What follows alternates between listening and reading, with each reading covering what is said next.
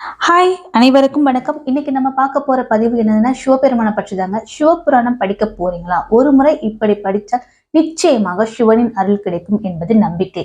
சிவபெருமானை போற்றுவதற்கும் அவரது அருளை பெறுவதற்கும் எத்தனையோ மந்திரங்கள் உள்ளன.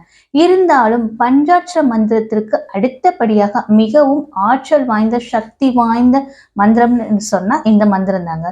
சிவனின் அருளை விரைவாக பெறச் செய்யும் மந்திரமாக சொல்லப்படுவதுதான் சிவபுராணம். இதற்கு அத்தனை சக்திகள் உண்டு என்று சொல்லப்பட்டிருக்கு.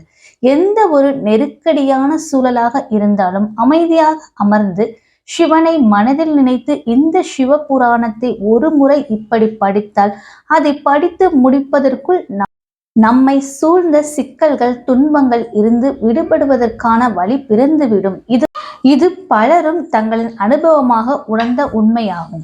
திருவாசகத்தின் சிறப்பு என்னன்னு பாத்தீங்கன்னா 12 திருமுறைகளில் 8வது திருமுறையாக அமைந்துள்ளது திருவாசகம். மாணிக்க வாசகரால் இயற்றப்பட்டதாகும். திருவாசகத்திற்கு ஒரு கார், ஒரு வாசகத்திற்கும் ஒரு கார் என்பார்கள்.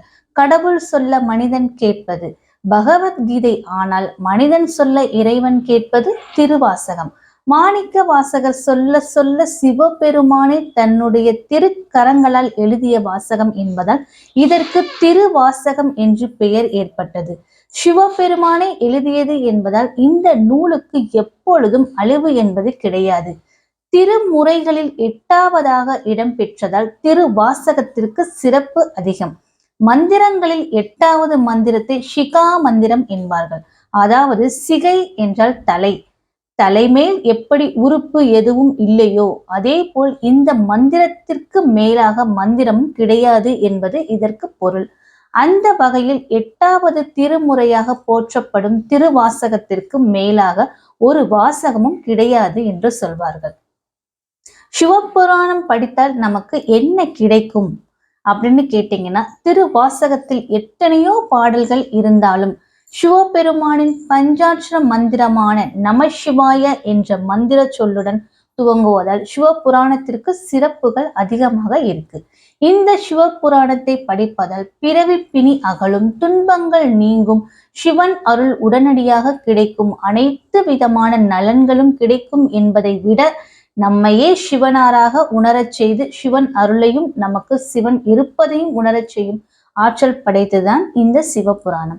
இதை படிக்க படிக்க இதுவரை நாம் எத்தனை பிறவிகள் எடுத்திருந்தாலும் அவற்றில் செய்த கர்ம வினைகள் அனைத்தும் நீங்கும் என்பது மாணிக்க வாசகரை இதில் குறிப்பிட்டுள்ளார். சிவபுராணத்தை நாம் எப்படி படிக்க வேண்டும்? சிவனின் பெருமைகளும் கருணை மட்டுமல்ல, சிவபுராணத்தை பொருள் உணர்ந்து படிப்பவர்களுக்கு எப்படிப்பட்ட பலன்கள் கிடைக்கும் என்பதை மாணிக்க வாசகர் குறிப்பிட்டிருக்கிறார். சிவபுராணத்தை படிக்கும் பொழுது வெறும் வாயால் படிக்க கூடாது. நம்முடைய மனம், உடல், உயிர், நாடி, நரம்பு, ஆத்மா என அனைத்தும் படிக்க வேண்டும் என்று சொல்வார்கள். சிவபுராணத்தை படிக்க முடியாவிட்டாலும் காதுகளால் கேட்பதும் புண்ணிய பலன்களை தரும். ஆனால் 95 வரிகள் கொண்ட சிவபுராணத்தை எப்படி படித்தால் சிவனின் அருள், சிவபுராணம் படித்த முழு பலனும் நமக்கு கிடைக்கும் என்பதை முதல்ல நம்ம தெரிந்து கொள்ளணும். இந்த முறைப்படி ஒரே ஒரு முறை சிவபுராணத்தை பொருள் உணர்ந்து சிவ சிந்தனையுடன் மனதார படித்தால் கண்டிப்பாக நிச்சயமாக பலன் கிடைக்கும் என்று சொல்வாங்க. சிவபுராணத்தின் மகிமை என்னன்னு பாத்தீங்கன்னா, ஞாயிற் கடையாய் கிடந்த அடியேற்கு தாயிற் சிறந்த தாயா ஆன தத்துவனே, நாயை விட கீழான என்னையும் ஒரு பொருட்டாக நினைத்து தானாக வந்து அருள் செய்து கருணை காட்டும் தாயை விட மேலானவனே என்ற இந்த வரிகளை சிவனை நினைத்து பொருள் உணர்ந்து சொல்லும் பொழுது மனம் உருகி சொல்பவர்களுக்கு நிச்சயம் கண்களில் கண்ணீர் பெருகும். சிவபுராணத்தின் ஒவ்வொரு வார்த்தையும் உணர்ந்து படிக்கும் பொழுது சிவனின் கருணையும் அந்த கருணையை பெற்ற நாம் எவ்வளவு பாக்கியசாலிகள் என்பதை உணர்ந்து மெய் சிலிர்க்க வைக்கும்.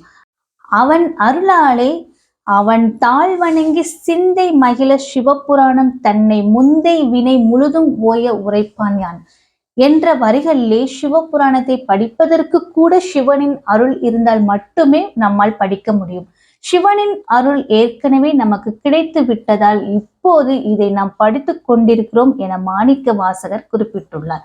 சிவபுராணம் படிக்கும் சரியான முறை என்னன்னு பாத்தீங்கன்னா, சிவபுராணத்தை படிப்பதற்கு நேரம் காலம் என்று எதுவும் கிடையாது.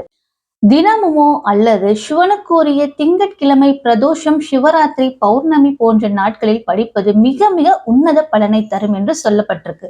சிவபுராணம் படிக்க துவங்குவதற்கு முன்பும் படித்து முடித்த பிறகும் திருச்சிற்றம்பலம், திருச்சிற்றம்பலம், திருச்சிற்றம்பலம் என 3 முறை சொல்ல வேண்டும். பிறகு தென்னாடுடைய சிவனை போற்றி, என் நாட்டவர்க்கும் இறைவா போற்றி என சொல்லிவிட்டு தொல்லை இரும்பிறவி சூழும் தலை நீக்கி அல்லல் அருந்தானந்தம் ஆகியதே எல்லை மறுவா நெறி அளிக்கும் மாதவூர் எங்கோன் திருவாசகம் என்னும் தேன் என்ற வரிகளை சொல்லிய பிறகு நமச்சிவாய வாழ்க என துவங்கும் சிவபுராணத்தை படிக்க துவங்க வேண்டும். ஆரம்பம் முதல் முடியும் வரை ஒவ்வொரு வார்த்தையையும் நிறுத்தி நிதானமாக சரியாக உச்சரிக்க வேண்டும். வாய்க்குளறி தவறாக உச்சரித்தாலும் அதில் தவறு எதுவும் கிடையாது. ஆனால் மனதில் சிவனின் எண்ணம் இருந்தால் அப்படி தவறாக நாம் உச்சரிக்கும் வார்த்தைகள் கூட சிவனிடம் நம்மை நெருங்கச் செய்யும்.